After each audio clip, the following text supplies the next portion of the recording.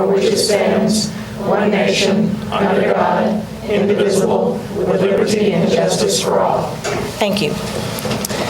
We're going to slide all the way down to governance issues. We have a pretty long consent agenda, and we apologize. It's the beginning, getting ready for the beginning of the school year, so we've got a lot of things that we need to get in place for our students and our teachers. Ms. Kim. Great. A, approval of minutes, regular meeting 4/14/2015. B, recommended award of contract for Ruby Major Elementary School additions, Orion Building Corporation. C, recommended award of contract for Glencliff Elementary School additions and renovations, R.G. Anderson Company. D, recommended award of construction management contract for Martin Luther King Jr. Magnet School additions, American Constructors. E, recommended award of construction management contract for Hume-Fogg Magnet High School renovations, Messer Construction Company. F, recommended award of contract for roof replacement at Whites Creek High School, Porter Roofing Contractors. G, recommended award of contract for roof replacement at Andrew Jackson Elementary School, Porter Roofing Contractors.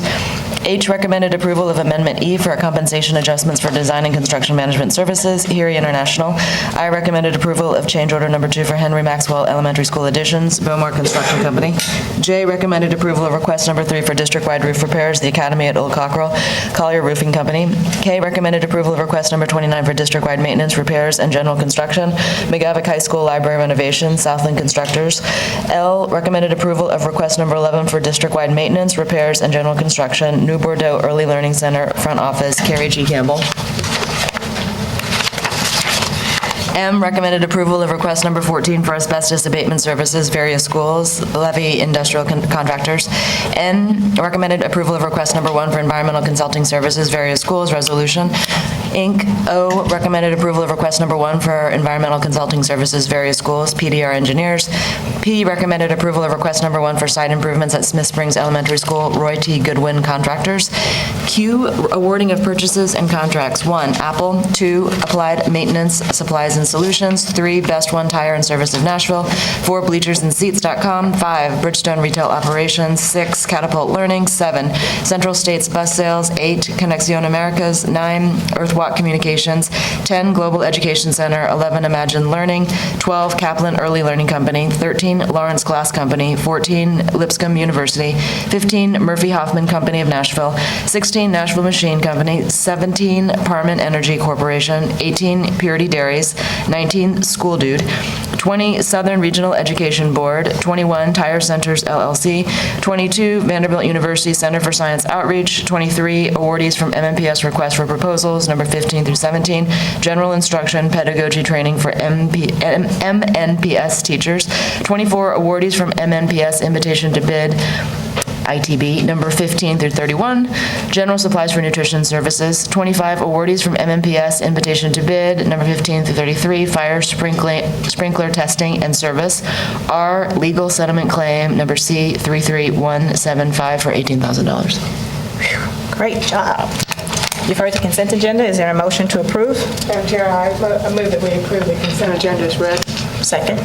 Thank you. It's been moved and second. Any discussion? All in favor of approval? Aye. Any opposed? Thank you. We get to now item number 1, which is the motion to confirm board selection of Dr. Michael Looney as Director of Schools. Ms. Shepherd. Madam Chair, I would like to make a motion that we select Dr. Michael Looney as our Director of Schools. Is there a second? Second. Thank you. Motion's been made and second. Any discussion? Okay. I do want to just say again, thank you to those that participated in the site visit and all the community participation and engagement that we had throughout this entire process, from the stakeholder interviews that we did prior to seeing the candidates, to the attendance at both of the interviews, as well as the community engagement forums. Again, they were well attended, and I thank you, just Nashville and general public, for your participation there. As a selection committee, we did hear the report outs from the site visits, which were, I think, very thorough, and I think all of you, the 4 of you that attended, again, Ms. Spearing, Ms. Shepherd, Ms. Pierce, and Ms. Frobe, that took a day to go out to Williamson County and do interviews and discussions with lots of individuals and do the due diligence on behalf of the board. And again, I want to thank you all for that and the reports that you provided to us at our committee meeting. So there's no further discussion. All in favor of confirming the board selection of Dr. Michael Looney as Director of Schools? Show of hands, say aye. Aye. All of that good stuff goes together. Any opposed? And one opposed. Thank you very much. Number 2, the motion to approve the contract for the new director of schools.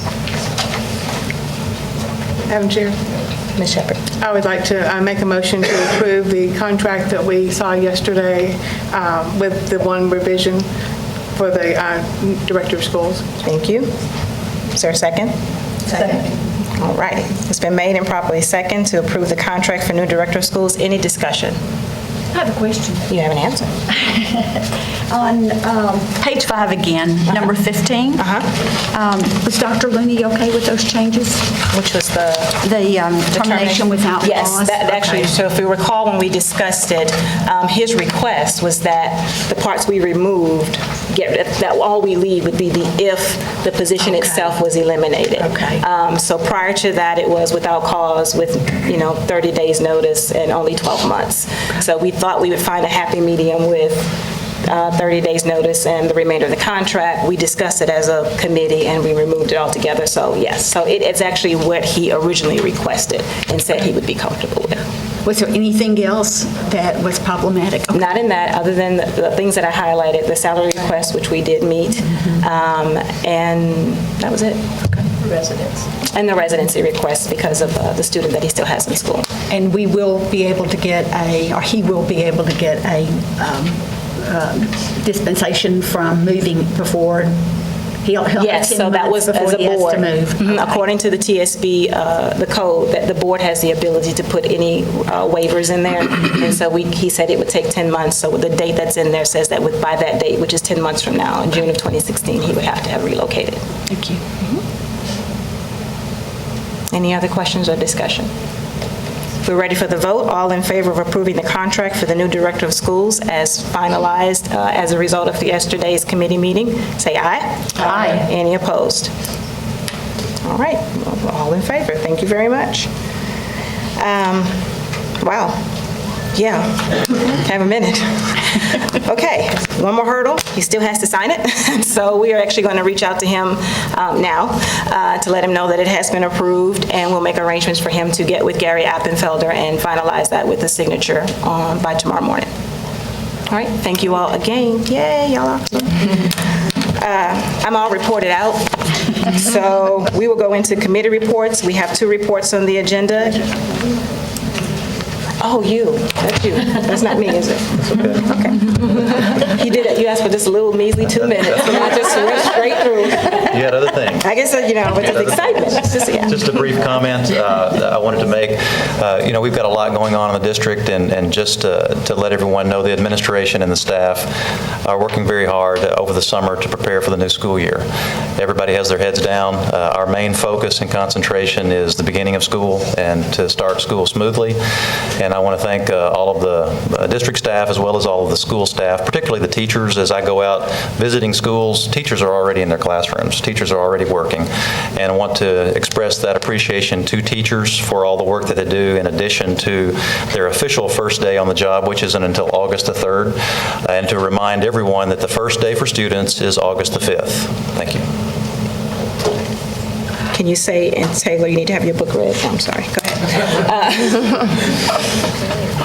Castle report. Thank you. I attended the 5th annual SEL conference, and the keynote speaker there was Jeff Duncan Andrada. Jeff has presented at TED conferences and has lectured around the world about the elements of effective social emotional teachings. Jeff is especially interested in serving children impacted by trauma. Metro Schools has last year over 3,000 students that were homeless, and we've got 74% poverty. As a district, as board members, we expect our educators to prepare children for the test of life, not a life of testing.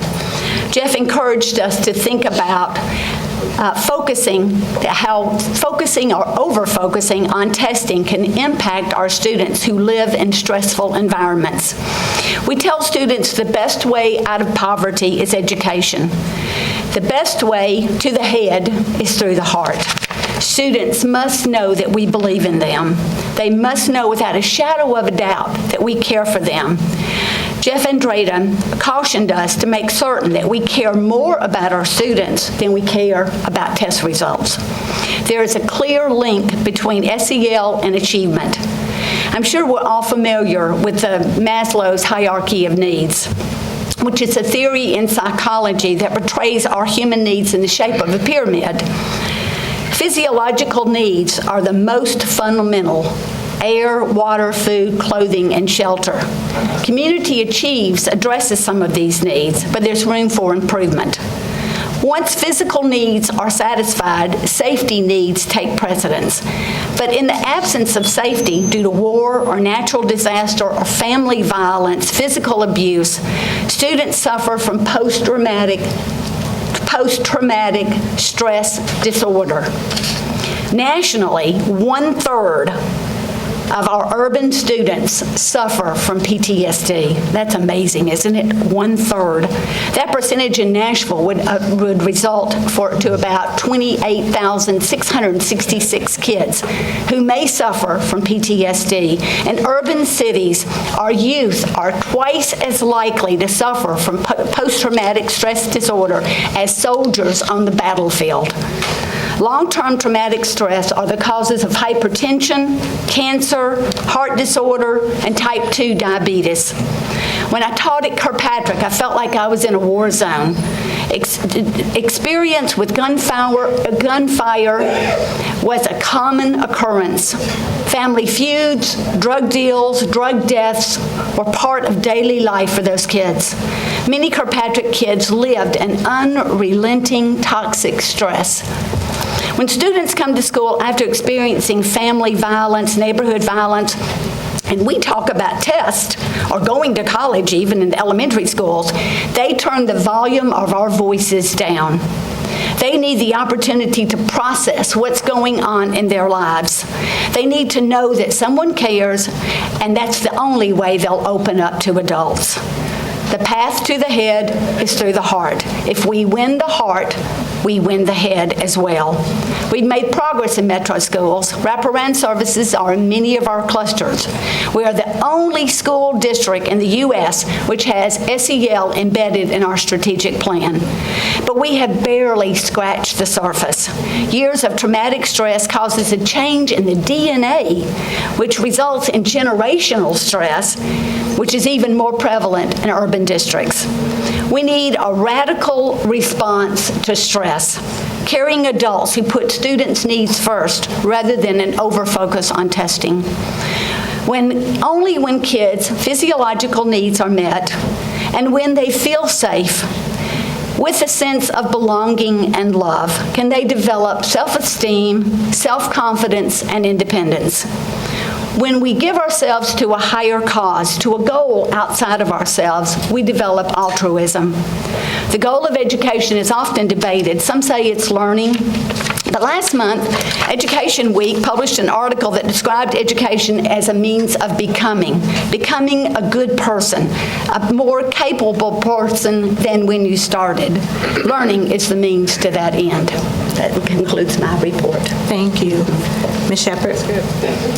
I have a very short class report. Our law firm, Millsaps Gowan, that represents the class groups, the 4 class districts across the state of Tennessee, would like to come before the board sometime next month, and my recommendation would be to have them at the first meeting for a short presentation and up to suggestions if you don't think that would be appropriate, but they would like to come talk to us about some legislative issues that we know will be coming before us when the next session convenes.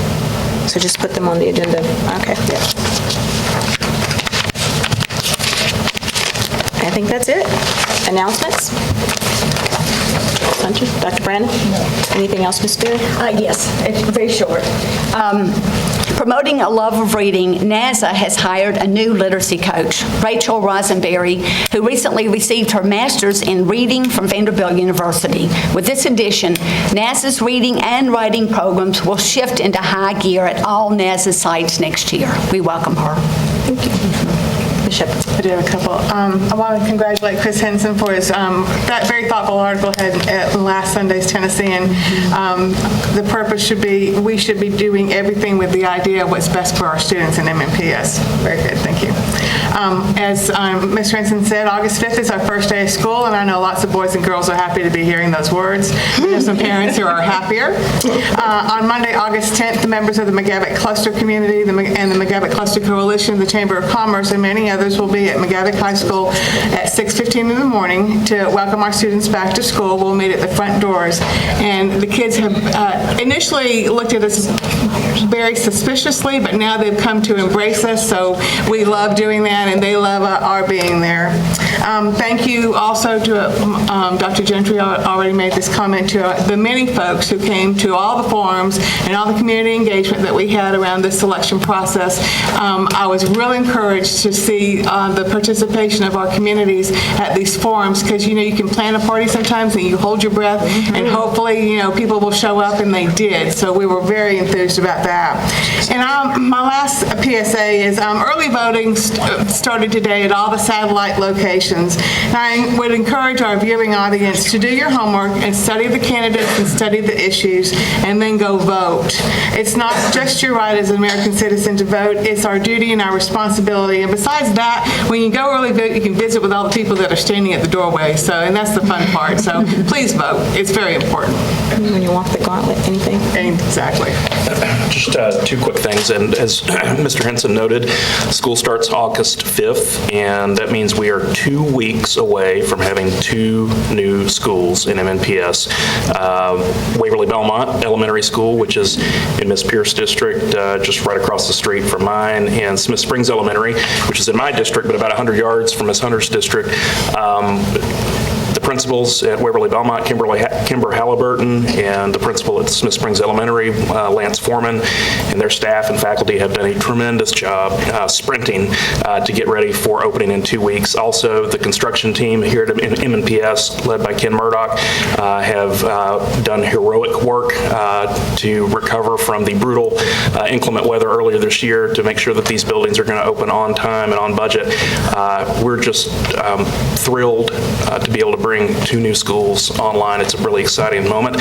For what it's worth, the mascot of Waverly Belmont Elementary is the Bulldogs, and the mascot of Smith Springs Elementary is the Ducks. So go Bulldogs, go Ducks, and go kids. The only other thing I wanted to do is bring notice tonight of my intent to offer a motion in August to ask the Davidson County Legislative Delegation to file legislation next year on our behalf to eliminate language in the state law that prohibits members of the Nashville School Board from participating in meetings via teleconference. This summer, we've had 2 instances in which members either weren't able to participate in key votes due to medical circumstances, or, like tonight, had to rearrange family schedules in order to participate in special meetings. Either situation could have been solved with participation via teleconference. As it turns out, we're actually the only school board in Tennessee whose members are not allowed to do this. I'm not sure what the legislative history is behind that, but I think we might ought to fix that and let our board enter the 21st century along with the 139 other school boards in Tennessee. So I'll bring a more detailed motion next month. Thank you. Ms. Pierce.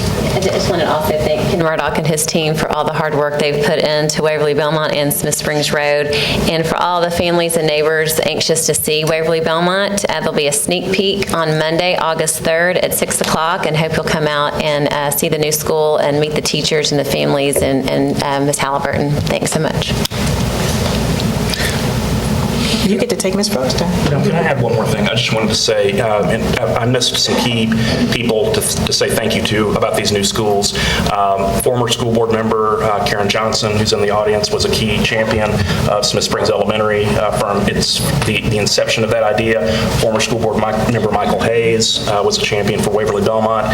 Our former chair Cheryl Mays, our former chair Cheryl Mays was a champion. So there's lots of people and lots of thank yous to go around before these schools open. So thanks to everybody who's been involved over the years.